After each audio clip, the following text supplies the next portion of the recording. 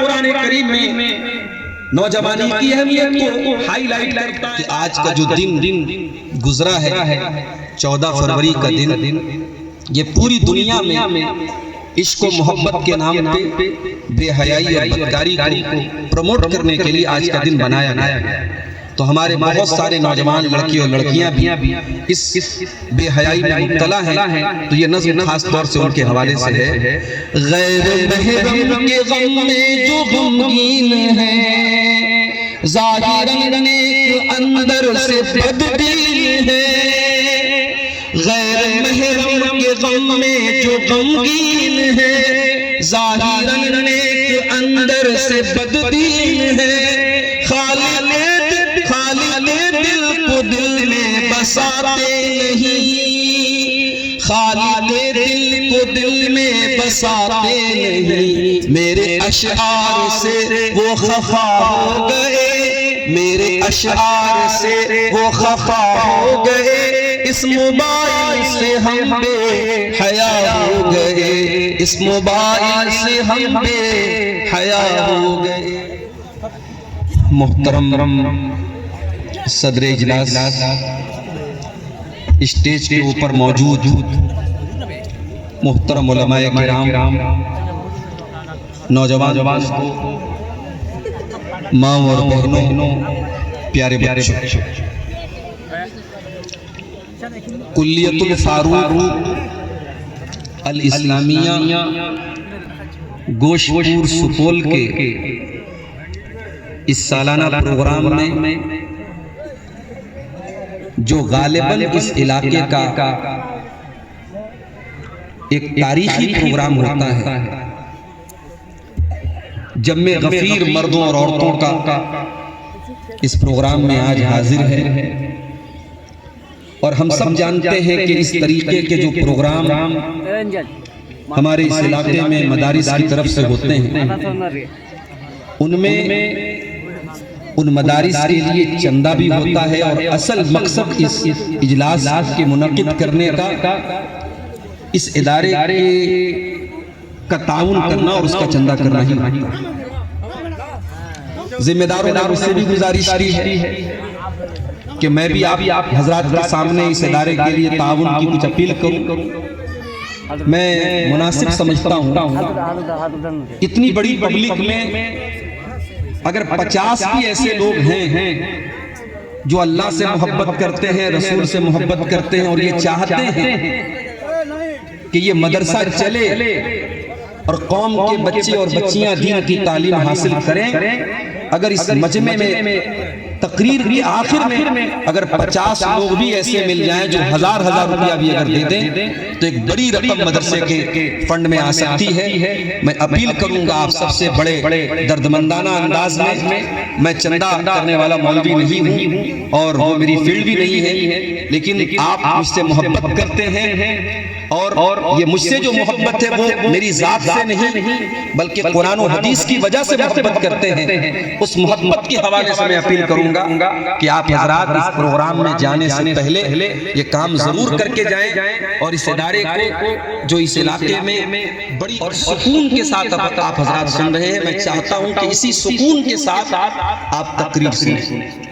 مجھے جیسے یہ اندازہ لگے گا کہ اب آپ کی برداشت کی طاقت کم ہو رہی ہے اور لوگ تقریر اب سننا نہیں چاہتے، میں وہیں سے وآخر دعوانا الحمدللہ رب العالمین کہہ کے آپ سے اجازت لے لوں۔ آج کی تقریر کا جو موضوع میں نے چنا ہے، اس موضوع کا تعلق سماج اور قوم کی اس طبقے سے ہے جو طبقہ سماج کا سب سے اہم طبقہ ہے۔ جس طریقے سے ہم یہ دیکھتے ہیں کہ کسی مکان کو آپ بہت شاندار بنا دیں، اگر مکان کی بنیاد کمزور ہے، اگر مکان کی سماج کا سب سے اہم طبقہ کون سا ہے، سماج کا کون سا ورگ ہے جو سب سے مہتوپورن ہے، سب سے امپورٹنٹ ہے، اگر سماج کا وہ طبقہ خراب ہو جائے، وہ طبقہ بگڑ جائے تو پورا سماج نشٹ ہو جائے گا، برباد ہو جائے گا۔ وہ کون سا طبقہ؟ وہ طبقہ ہے نوجوان طبقہ۔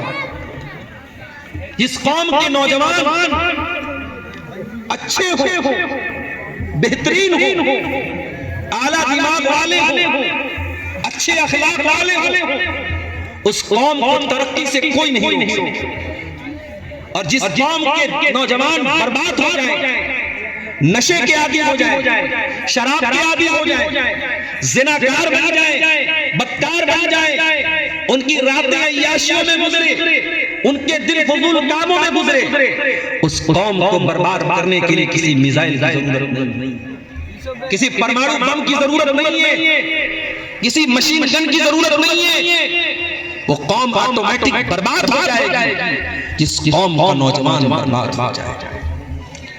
آج جب ہم مسلمان قوم کے نوجوانوں کو دیکھتے ہیں میرے پیارے ساتھی، تو ہمیں حیرت ہوتی ہے، افسوس ہوتا ہے اور دل دکھتا ہے، کلیجہ تڑپتا ہے کہ جس قوم کی آج حالت یہ ہے کہ ہندوستان جیسے ملک میں جہاں کروڑوں کی تعداد میں ہم رہتے ہیں، آج حالات یہ ہو چکے ہیں کہ ہماری جان، ہمارا مال، ہماری عزت و آبرو، ہمارے مدرسے، ہماری مسجدیں سب داؤں پر لگے ہوئے ہیں۔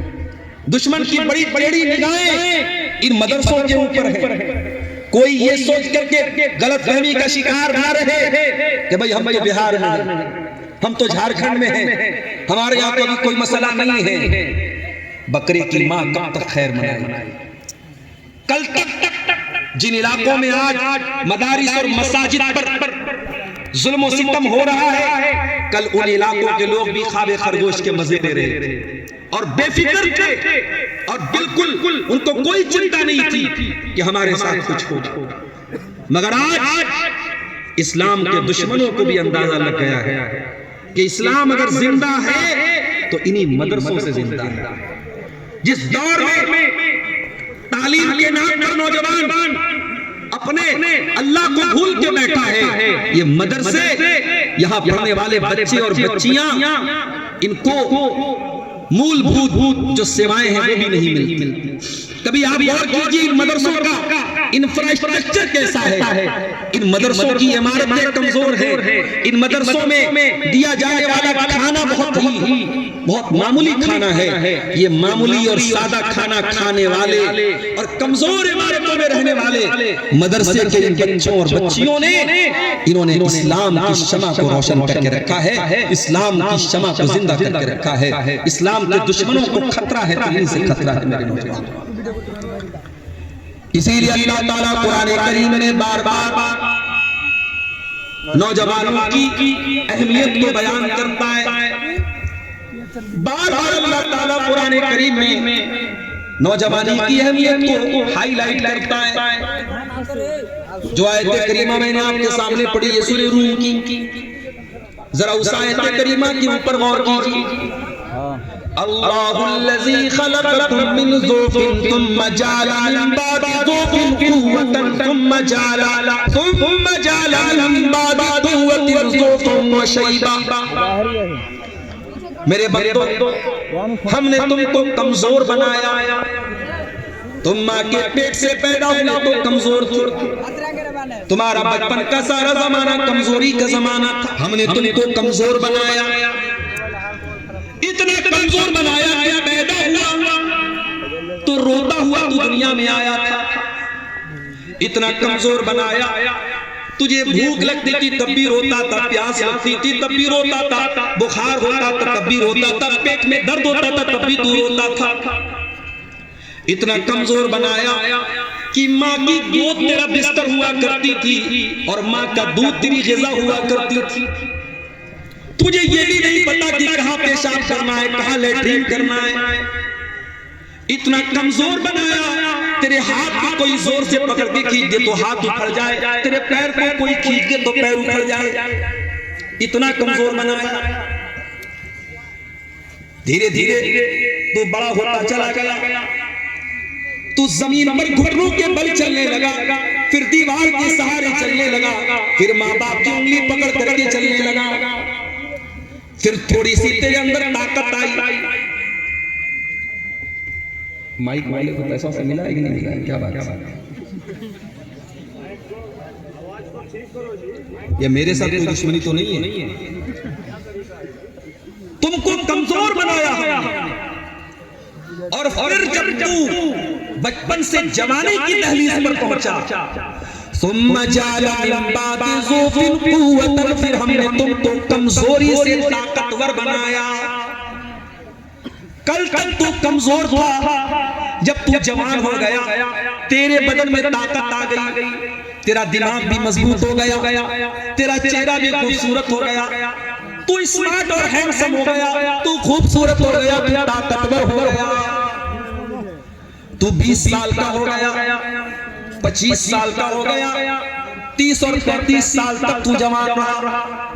پھر جب تو 40 کو کراس کرنے لگا، تیرے بدن پر دھیرے دھیرے جھریاں پڑنے لگی، تیرے بال سفید ہونے لگے، تیرا دماغ پہلے جیسا نہیں رہا، تو ذرا سا دوڑنے لگا تو ہانپنے لگا، تیرے گھٹنے کمزور ہو گئے، تیری باڈی کمزور ہو گئی، تیرا شریر کمزور ہو گیا۔ ثم جعل من بعد قوة ضعفا وشيبا، پھر طاقت کے بعد، جوانی کے بعد، پھر ہم نے دوبارہ تجھ کو کمزور بنایا اور بڑھاپے تک تجھ کو پہنچا دیا، تو بوڑھا ہو گیا۔ اللہ چاہتا تو ہمیشہ تجھ کو جوان رکھتا، اللہ چاہتا تو ہمیشہ تجھ کو بوڑھا رکھتا، لیکن اللہ نے پہلے کمزور بنایا، پھر طاقتور بنایا، پھر کمزور بنایا۔ یہ اللہ کی مصلحت تھی، یہ اللہ کی حکمت تھی۔ یخلق ما یشاء، اللہ جیسے چاہتا ہے پیدا کرتا ہے۔ وَهُوَ الْعَلِيمُ الْقَدِيرُ، اللہ ہر چیز کی جانکاری رکھنے والا اور ہر چیز کی قدرت رکھنے والا ہے۔ تو انسان کی پوری زندگی میں اگر طاقت کا کوئی دور ہے، اگر انرجی کا کوئی دور ہے، تو وہ دور میرے عزیزوں، میرے بھائیوں، جوانی کا ہے۔ اسی لیے ہماری شریعت بار بار اپنی نوجوانی کو ہمیں سنبھالنے کی حکم دیتی ہے، نوجوانی میں غلط کام کرنے سے ہمیں منع کرتی ہے۔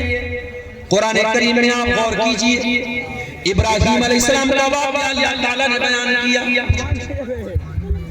ابراہیم علیہ السلام اللہ کے خلیل، اللہ کے پیغمبر ہیں، اپنی قوم کو توحید کی دعوت دے رہے ہیں، اور ابراہیم علیہ السلام اپنی پوری قوم کو چیلنج دیتے ہیں، لَأَكِيدَنَّ أَصْنَامَكُمْ بَعْدَ أَن تُوَلُّوا مُدْبِرِينَ، اے میری قوم کے لوگوں، میں تمہارے سارے بتوں کو توڑ ڈالوں گا، تمہارے بتوں کے ساتھ بڑا سلوک کروں گا۔ یہ مذاق نہیں ہے میرے بھائیو، یہ آسان کام نہیں ہے۔ پوری قوم کو اتنا بڑا چیلنج دے دینا، پوری قوم مشرک ہے، پوری قوم بتوں کی پجاری ہے، اور بتوں کی پجاری قوم کو یہ چیلنج دے رہے ہیں، تَاللَّهِ لَأَكِيدَنَّ أَصْنَامَكُمْ، میں تمہارے بتوں کے ساتھ بہت برا سلوک کرنے والا ہوں۔ اور ایک ابراہیم علیہ السلام نے موقع کو غنیمت جانا، اور جب قوم کے لوگ اپنے میلے ٹھیلے میں گئے تھے، ابراہیم علیہ السلام جاتے ہیں اور اپنی قوم کے سب سے بڑے عبادت خانے میں داخل ہوتے ہیں اور ان کے سارے بتوں کو توڑ دیتے ہیں، سوائے بڑے والے بت کو چھوڑ دیتے ہیں۔ قوم کے لوگ جب میلے سے واپس آتے ہیں، انہوں نے دیکھا ہمارے معبود کے ساتھ یہ حال ہو گیا ہے۔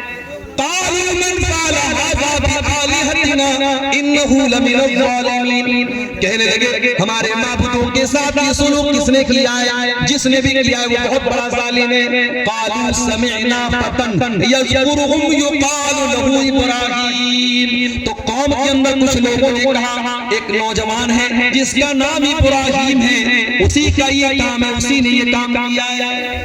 ذرا غور کیجئے گا میرے نوجوان ساتھ، آج ہمارا نوجوان ویلنٹائنز ڈے پر گلاب کا پھول بانٹ رہا ہے، کارڈ بانٹ رہا ہے، میسیجز کر رہا ہے۔ آج ہمارا نوجوان کہاں کھڑا ہے، اور ابراہیم علیہ السلام جیسا نوجوان کہاں کھڑا تھا؟ ذرا ڈیفرنس دیکھ لو، ذرا فرق دیکھ لو میرے پیارے ساتھ۔ ابراہیم علیہ السلام کو بلایا گیا، انت فعلت هذا بآلهتنا یا ابراہیم، اے ابراہیم کیا تو نے ہمارے معبودوں کے ساتھ یہ سلوک کیا ہے؟ ابراہیم اگر چاہتے صاف صاف بول دیتے ہاں میں نے یہ کام کیا ہے، مگر اس سے مسئلہ حل نہ ہوتا، مسئلہ اور خراب ہو جاتا۔ ابراہیم علیہ السلام نے صاف صاف نہیں کہا، بلکہ کہا بل فعلہ کبیرہم ھذا فاسألوہم ان کانوا ینطقون۔ کہا کہ ارے بھائی سارے بت ٹوٹ گئے، بڑا والا بچہ ہے، بڑے والے سے پوچھ لو، اس نے توڑا ہوگا، ان سے پوچھ لو۔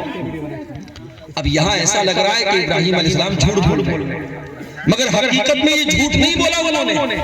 ان کے کہنے کا مقصد یہ تھا کہ ان بتوں کو اس نے توڑا ہے جو ان سے بڑا تھا، اور ان سے بڑا میں تھا، میرے ہاتھ میں طاقت تھی، میں نے توڑا تھا، مگر صاف صاف نہیں بولا۔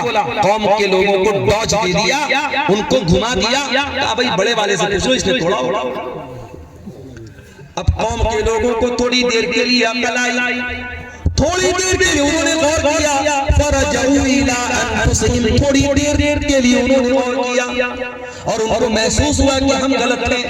ثم نکسوا علی رؤوسہم، پھر فوراً پلٹ گئے اور کہنے لگے لقد علمت ما ہؤلاء ینطقون، اے ابراہیم تم جانتے ہو یہ پتھر کے بت ہیں، یہ بول نہیں سکتے۔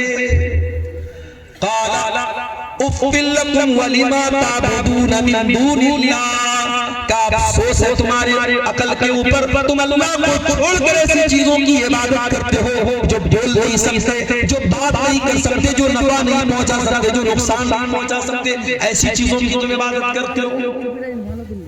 اب ابراہیم علیہ السلام نے اپنی دلیل پیش کر دی اور سامنے جو مشرک قوم تھی اس کے سامنے یہ پروف کر دیا کہ پتھر کے بت عبادت کے لائق نہیں ہے، ان کی عبادت کرنا پاگل پن ہے، ان کی عبادت کرنا بے وقوفی ہے۔ اب سامنے والے کے پاس دلیل کا جواب دلیل سے نہیں تھا، اور دنیا کا اصول ہے جب دلیل کا جواب دلیل سے نہ ملے تو سامنے والے کے ساتھ زیادتی کرو۔ ابھی آپ معلوم ہے شب برات کے حلوے پر ایک تازہ دلیل کیا آئی ہے، شاید آپ نے ویڈیو دیکھا ہوگا۔ ایک مولوی صاحب شب برات کے حلوے کی دلیل کیا دے رہے ہیں؟ بولے صاحب آپ لوگ پوچھتے ہیں کہ حلوہ کہاں ہے، کتاب میں دکھاؤ۔ ارے حلوہ کتاب میں تھوڑی ملے گا، حلوہ تو کڑھائی میں ملے گا۔ اب پبلک بیچاری ہنس رہی ہے، آہا سبحان اللہ ماشاءاللہ، یہ تو دلیل ہے۔ اس سادگی پہ کون نہ مر جائے اے خدا، لڑتے ہیں اور ہاتھ میں تلوار مار۔ حلوہ کھانا ہے تو کھا تو، مگر قرآن کو بدنام نہ کر، حدیث کو بدنام نہ کر، شریعت کو بدنام نہ کر۔ دلیل کا جواب دلیل سے دے۔ ہم تو صاف بولتے ہیں حلوہ کھانا غلط نہیں ہے، مگر حلوے کو اسلام سے جوڑنا، شریعت سے جوڑنا، نبی سے جوڑنا یہ غلط ہے۔ ہم اس لیے شب برات کے حلوے کے خلاف ہیں۔ ابراہیم علیہ السلام کی قوم کے پاس جب دلیل کا جواب دلیل سے نہیں تھا تو کیا کہا انہوں نے؟ قالوا حرقوه وانصروا آلہتکم ان کنتم فاعلین، کہا کہ جلا ڈالو ابراہیم کو، ابراہیم کو جلا ڈالو، اگر اپنے معبودوں کی مدد کرنا ہے تو اس کو جلا دو، ختم کر دو۔ چنانچہ بہت بڑی آگ تیار کی گئی، اکیلے ابراہیم کو جلانے کے لیے اتنی بڑی آگ تیار کی گئی، پورا گاؤں جلایا جا سکتا تھا، پورا علاقہ جلایا جا سکتا تھا، اتنی بڑی آگ تیار کی گئی۔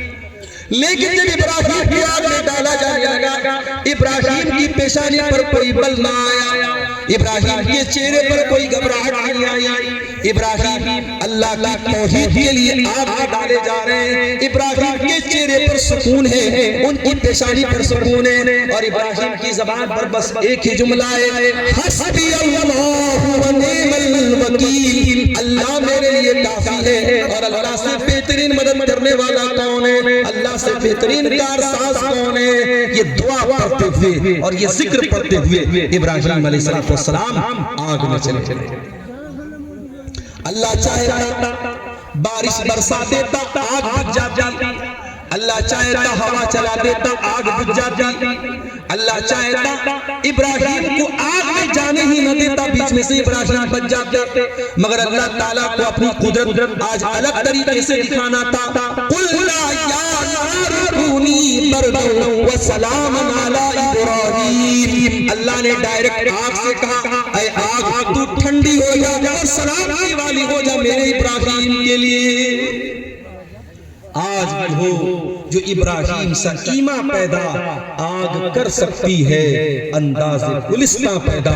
میرے نوجوانوں، ایمان تو ہے ہمارے پاس، مگر معاف کرنا ابراہیم علیہ السلام کے جیسا ایمان نہیں ہے، اسی لیے آج ہمارے لیے آگ گلستاں نہیں بنتی ہے، ابراہیم کے لیے آگ گلستاں بنتی ہے۔ بتانا یہ چاہتا ہوں کہ ابراہیم نے جب یہ کارنامہ انجام دیا، وہ 50 سال کے بوڑھے نہیں تھے، وہ 70 سال کے بوڑھے نہیں تھے، وہ 20-25 سال کے نوجوان تھے۔ میرے نوجوانوں، اب آپ غور کر لو کہ آپ کہاں کھڑے ہو اور ابراہیم کہاں کھڑے تھے۔ اور آگے بڑھیے، ایک اور نوجوان کا واقعہ آپ کو قرآن سے بتاتا ہوں۔ اس نوجوان کا نام موسیٰ تھا۔ موسیٰ علیہ السلام بنی اسرائیل کے بیچ میں پیدا ہوئے، بنی اسرائیل میں پیدا ہوئے، اور فرعون کے درباریوں نے اس سے کہا تھا تیری حکومت میں ایک آدمی ایسا پیدا ہونے والا ہے جو تجھے قتل کر دے گا، جس سے تیری حکومت ختم ہو جائے گی۔ فرعون اپنے آپ کو رب کہتا تھا، لیکن اتنا بڑا ڈرپوک تھا کہ جیسے اس کے جادوگروں نے یہ بتایا، اس کے کاہنوں نے یہ بتایا، فرعون نے آرڈر دے دیا کہ جتنے بچے بنی اسرائیل میں پیدا ہوں گے، لڑکی پیدا ہوگی تو چھوڑ دینا، لڑکا پیدا ہو تو مار ڈالنا۔ اب موسیٰ علیہ السلام پیدا ہوا۔ اللہ اکبر! اللہ تعالیٰ کو بچانا ہوتا ہے تو کیسا انتظام کرتا ہے۔ موسیٰ کی ماں بیچاری پریشان ہے، فرعون کے آدمی آئیں گے، میرے بچے کو قتل کر ڈالیں گے۔ اللہ نے فرمایا کہ اے موسیٰ کی ماں، اپنے بچے کو تو صندوق میں رکھ دے، فَأَلْقِيهِ فِي الْيَمِّ، اور اس کو پانی میں ڈال دے، وَلَا تَخَافِي وَلَا تَحْزَنِي، اور اے موسیٰ کی ماں تجھے ڈرنے کی ضرورت نہیں ہے، تجھے غمگین ہونے کی ضرورت نہیں ہے، اِنَّا رَادُّوهُ إِلَيْكِ وَجَاعِلُوهُ مِنَ الْمُرْسَلِينَ، تیرا بیٹا ہم تجھے واپس دلائیں گے اور تیرے بچے کو رسول بنائیں گے۔ ماں نے کلیجے پر پتھر رکھا اور اپنے دودھ پیتے بچے کو پیدا ہونے کے بعد ایک صندوق میں رکھا اور صندوق کو پانی میں ڈالا۔ صندوق پانی میں جا رہا ہے، موسیٰ علیہ السلام اللہ کے حکم سے اس صندوق کے اندر پانی میں تیر رہے ہیں، اور موسیٰ علیہ السلام کی جو بہن ہے وہ سائیڈ سے جا رہی ہے، وہ دیکھنا چاہ رہی ہے کہ میرے بھائی کے ساتھ کیا ہوتا ہے۔ او بہنوں والوں، وہ جن کے گھروں میں بہنیں، اپنی بہنوں کا خیال کیا کرو۔ بہن سے زیادہ پیار کرنے والی ہستی ماں کے بعد سب سے زیادہ خیال کرنے والی بڑی بہنیں ہوتی ہیں۔ یا موسیٰ کی بڑی بہن ان کا کتنا خیال رکھ رہی ہے، جن کی بہنیں زندہ ہے، اللہ ان کی بہنوں کو سلامت رکھے۔ بہن بھائی کا پیار بھی بڑا اعلیٰ پیار ہوتا ہے، بڑے ظالم ہیں وہ لوگ۔ ابھی علاقے میں میری تقریر تھی، ایک مولانا صاحب میرے کان میں آ کے کہنے لگے، مولانا ذرا ایک موضوع آپ کو دیتا ہوں، ایک بات بتاتا ہوں، ذرا تقریر میں بولیے گا۔ میں نے کہا کیا بات ہے؟ بولے ماں کا انتقال ہو گیا ہے، جوان بہن ہے اور بھائی جوان بہن کو ماں کے مرنے کے بعد بیچاری اکیلی ہے، بات بات پہ مارتا اور پیٹتا ہے، ذرا اس پر آپ تقریر میں بول دیجئے گا۔ واللہ بتاتا ہوں بڑی دل کو تکلیف پہنچی کہ آج ایسے بھی ظالم بھائی ہیں جو بہنوں پر ہاتھ اٹھاتے ہیں۔ معاف کرنا میرے پیارے ساتھیوں، بہنیں پیار کی چیز ہوتی ہیں، محبت کی چیز ہوتی ہیں۔ بہنوں پر ظلم و ستم کرنے والے بڑے بزدل اور بڑے ڈرپوک اور بڑے ٹائر قسم کے لوگ ہوتے ہیں۔ موسیٰ علیہ السلام جا رہے ہیں اور ان کی بہن وہ سائیڈ سے دیکھ رہی ہے کہ میرا بھائی کہاں جا رہا ہے۔ جب یہ صندوق پہنچا ہے، کہاں پہنچا؟ فرعون کے محل کے پاس پہنچا، اور فرعون کی بیوی نے اپنے برآمدے سے دیکھا کہ پانی میں صندوق جا رہا ہے، تو اپنی کسی لونڈی سے کہا کہ جاؤ ذرا دیکھو صندوق میں کیا ہے۔ صندوق کو کھولا گیا، اس میں خوبصورت سا بچہ ہے، موسیٰ علیہ السلام۔ فرعون کی بیوی نے بچے کو گلے لگایا۔ فرعون کی بیوی بے اولاد تھی۔ فرعون اتنا بڑا آدمی تھا، اپنے آپ کو رب کہتا تھا، مگر اپنی بیوی کو بچہ نہیں دے پایا۔ اپنے آپ کو رب کہتا تھا اور اپنی بیوی کو بچہ نہیں دے پایا۔ ایسے تو رب گزرے ہوئے، اپنی بیوی کو اولاد نہیں دے پایا، بے اولاد تھا فرعون۔ تو اس کی بیوی نے اپنے شوہر سے کہا، لا تقتلوه عسى ان ينفعنا او نتخذه ولدا۔ اے میرے سرکار، اے میرے شوہر، آپ کا آرڈر ہے کہ جہاں چھوٹے بچے پائے جائیں ان کو قتل کر دیا جائے۔ اس بچے کو قتل نہ کرنا، اس کو اپنا بچہ بنا لیتے ہیں، یہ آگے چل کر کے ہمارے کام آئے گا۔ فرعون بہت بڑا ظالم تھا، کسی کی بات نہیں مانتا تھا مگر اپنی محترمہ کی بات مان گیا, اپنی بیوی کی بات مان گیا. پتہ یہ چلا کہ بیوی کے اندر وہ طاقت ہے جو فرعون سے بھی اپنی بات مان سکے. اس لیے بیوی والوں ہوشیار ہو جاؤ. اگر کوئی انسان فرعون سے بھی بڑا ظالم ہوگا تو وہی انسان اپنی بیوی کو ڈھنگ سے نہیں رکھ پائے گا, ورنہ فرعون جیسے ظالم کو بھی پتا ہے کہ بیوی سے پنگا لینا مناسب بولو بھائی نہیں ہے. اور بڑا مشہور لطیفہ ہے کہ ایک صاحب نے, ان کی بیوی بہت پریشان کرتی تھی, ان کو شک کرتی تھی ان کی. جب کہیں باہر جاتے فون کر کے پوچھنے لگتی کہاں ہیں آپ, کہاں ہیں آپ. تو ایک مرتبہ بیوی مائکے چلی. اب مائکے جا کر کے بار بار فون کر رہی ہے کہاں ہیں آپ. تو شوہر کہہ رہے ہیں کہ میں گھر پر. تو کہہ رہی ہے کہ کیسے میں معلوم کہ آپ گھر پہ ہیں. ایک کام کیجیے, آپ کچن میں جائیے اور جو مکسر ہے مکسر کو آپ چالو کر کے دکھائیے, تب میں مانوں گی. ویڈیو کال پہ آپ دکھائیے. تو شوہر نے جو ہے مکسر کی آواز سنا دی اس کو فون کے اوپر, تو وہ مطمئن ہو گئی کہ چلو ٹھیک ہے, اس کا مطلب کہ شوہر گھر. دوسرے دن پھر فون کیا, کہاں ہے آپ, کہا گھر پہ ہوں. کا مکسر چلا کے سنائیے. پھر انہوں نے مکسر کو چلا کے سنا. تیسرے دن بیوی اچانک سرپرائز دینے کے لیے گھر آئی تو شوہر غائب تھا اور چھوٹا بچہ وہیں گھر میں کھیل رہا تھا. بولا تیرے ابو کہاں گئے, بولے 3 دن سے مکسر لے کے غائب. تو بیویوں کو کنٹرول کرنا اتنا آسان کام نہیں ہے. جب فرعون جیسے ظالم کی نہیں چلی تو ہماری اور آپ کی کیا چلے. اس کو بھی بات ماننی پڑی. کہا ٹھیک ہے اگر تو کہتی ہے تو چل میں اس بچے کو پال لیتا ہوں. اور بعد میں وہی بچہ موسیٰ علیہ السلام بنتا ہے. لمبا واقعہ ہے, میں اس واقعے کی طرف نہیں جاتا ہوں. موسیٰ علیہ السلام جوان ہوئے اور اللہ تعالیٰ نے ان کو جسمانی اعتبار سے بھی طاقتور بنایا. موسیٰ علیہ السلام نے دیکھا کہ ان کی قوم کا ایک انسان اور فرعون کی قوم کا ایک انسان دونوں آپس میں لڑ رہے تھے. تو موسیٰ علیہ السلام نے اپنی قوم کے آدمی کو بچانے کے لیے اور اس کا سپورٹ کرنے کے لیے قبطی کو ایک مکہ مارا, اور ایسا مکہ مارا کہ موسیٰ علیہ السلام کے مکے سے وہ انسان مر گیا. موسیٰ علیہ السلام کے مکے میں اتنی طاقت تھی کہ سامنے والا مر گیا. گٹکھا کھانے والے کے مکے میں اتنی طاقت نہیں ہوتی. جو گٹکھا کھائے گا, جو خینی کھائے گا, جو تمباکو استعمال کرے گا, کر کے میرے پیارے ساتھیوں ہمارے اور آپ کے دل میں یہ احساس پیدا ہوتا ہے کہ اے اللہ تیرا کرم اور تیرا شکر ہے کہ تو نے ہمیں توحید پر بنایا, تو نے ہمیں ایمان والا بنایا. ہماری پریشانی جھکتی ہے تو ایک اللہ کے در میں جھکتی ہے. ہم اللہ پر ایمان رکھنے والے لوگ ہیں. اسی لیے اللہ نے ہم کو دعا سکھائی, ربنا لا تزغ قلوبنا بعد اذ ہدیتنا وہب لنا من لدنک رحمہ انک انت الوہاب. اے پروردگار جب تو نے ہم کو ایمان کی دولت دے دی ہے, جب ہدایت کی دولت دے دی ہے, اے اللہ اب ہمارے دلوں کے اندر کوئی ٹیڑھا پن نہ پیدا ہونے پائے, کوئی کجی نہ پیدا ہونے پائے. اب دوبارہ ایمان سے ہم کو ہٹنے نہ دینا, ایمان پر ہم کو قائم رکھنا. یہ دعا اللہ تعالیٰ نے ہم کو سکھائی ہے, یہ دعا ہم کو پڑھتے رہنا چاہیے. میرے عزیزوں اپنی توحید کی حفاظت کرو.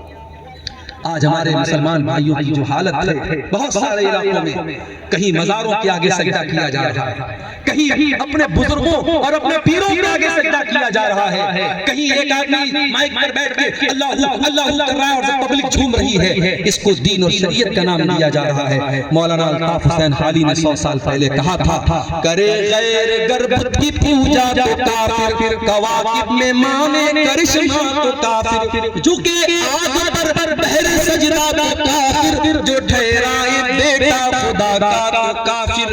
مگر مومنوں پر گشادہ ہے راہیں, پرستش کرے شوق سے جس کی چاہے, نبی کو جو چاہے خدا کر دکھائے, اماموں کا رتبہ نبی سے بڑھائے, مزاروں پہ جا جا کے نظریں چڑھائے, شہیدوں سے جا جا کے مانگے دعائیں. نہ توحید میں کچھ فرق اس سے آوے, نہ اسلام بگڑے نہ ایمان جاوے.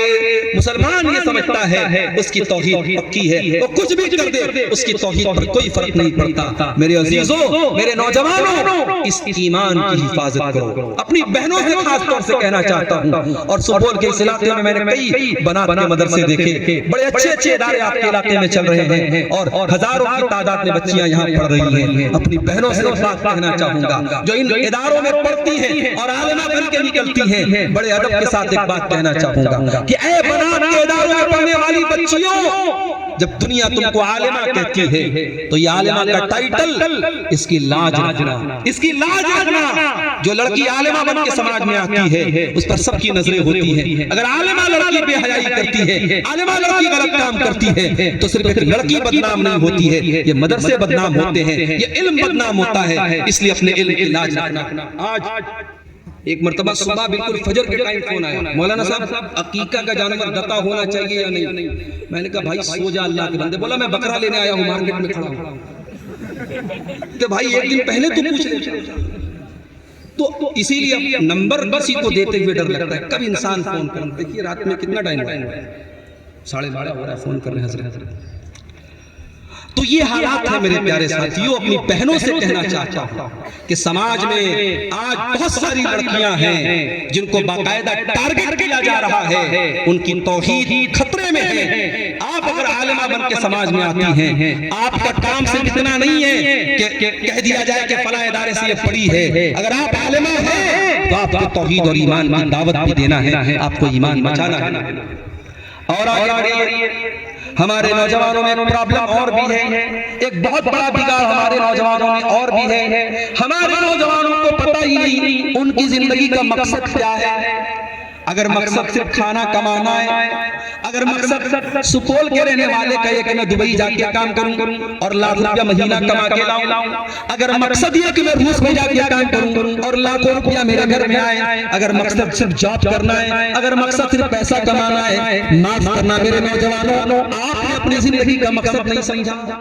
کیا مقصد ہماری زندگی کا ہے؟ اللہ فرماتا ہے وَمَا خَلَقْتُ الْجِنَّ وَالْإِنسَ إِلَّا لِيَعْبُدُونِ۔ میرے بندو تم پیدا کیے گئے ہو اللہ کو راضی کرنے کے لیے، تم اس لیے دنیا میں تم کو پیدا کیا گیا ہے کہ تم اللہ کو راضی کرو۔ اسی لیے مسلمان کا نعرہ کیا ہوتا ہے؟ ان صلاتی و نسکی و محیایا و مماتی للہ رب العالمین۔ میری نماز اللہ کے لیے، میری قربانی اللہ کے لیے، میرا جینا اللہ کے لیے، میرا مرنا اللہ کے لیے، میری زندگی کا مقصد تیرے دین کی سرفرازی۔ میں اسی لیے مسلمان، میں اسی لیے نمازی۔ میرے نوجوانوں اپنی زندگی کے مقصد کو پہچانو۔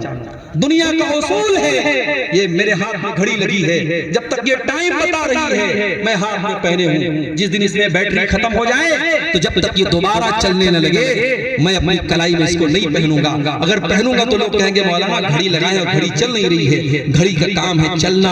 اے مسلمان، تیری زندگی کا مقصد اللہ کو راضی کرنا ہے۔ کھانا کمانا انجوائے کرنا یہ سیکنڈری چیز ہے، پرائمری چیز یہ ہے کہ تو اللہ کو راضی کر لے۔ میرے نوجوان ساتھیوں اپنی زندگی کے مقصد کو پہچانو، اللہ کو راضی کرو۔ اور آگے بڑھیے، ہمارے نوجوانوں میں ایک بہت بڑا بگاڑ ہم یہ بھی دیکھ رہے ہیں کہ وہ دھیرے دھیرے دنیا پرست ہوتے چلے جا رہے ہیں۔ ان کی زندگی کا مقصد صرف دنیا کمانا ہے اور آخرت کی ان کو کوئی چنتا نہیں ہے۔ آج جمعہ کا دن تھا، آپ مسجد میں گئے ہوں گے، امام صاحب نے جمعہ کی نماز پڑھائی ہوگی، پہلی رکعت میں امام صاحب نے سورہ اعلیٰ پڑھی ہوگی، سورہ اعلیٰ کے اندر آپ نے قرآن کی آیت بھی سنی ہوگی، بل تؤثرون الحیات الدنیا والآخرۃ خیر وابقیٰ۔ میرے بندو تم دنیا کی زندگی کو پریفر کرتے ہو، تم دنیا کی زندگی کو پراتھمکتا دیتے ہو، تم دنیا کی زندگی کو سب کچھ سمجھتے ہو، والآخرۃ خیر وابقیٰ، جبکہ آخرت کی زندگی زیادہ بہتر اور زیادہ باقی رہنے والی ہے۔ اگر آپ کا مقصد دنیا میں اچھا مکان بنانا ہے، ارے جنت کے محلوں کے سامنے اس مکان کی کیا حیثیت ہے؟ اگر آپ کا مقصد دنیا میں خوبصورت بننا ہے، ارے جنت کی خوبصورتی کے مقابلے میں دنیا کی خوبصورتی کیا چیز ہے؟ اگر آپ کا مقصد دنیا میں کسی عورت کو حاصل کرنا ہے، ارے جنت کی حوروں کے سامنے دنیا کی عورتوں کی کیا حیثیت ہے؟ میرا رب قرآن کہتا ہے وَأُزْلِفَتِ الْجَنَّةُ لِلْمُتَّقِينَ، ہم نے جنت کو قریب کر دیا اپنے متقی بندوں کے لیے۔ اللہ قرآن میں کہتا ہے فَلَا تَعْلَمُ نَفْسٌ مَا أُخْفِيَ لَهُم مِّن قُرَّةِ أَعْيُنٍ، میرے بندو ہم نے جنت میں کیا کیا تمہارے لیے تیار کر کے رکھا ہے، تمہیں شعور اور احساس نہیں ہے۔ آخرت کی تیاری کرو میرے پیارے ساتھی۔ ہمارے نوجوانوں کی ایک پرابلم اور بھی ہے، بے حیائی دن بدن بڑھ رہی ہے۔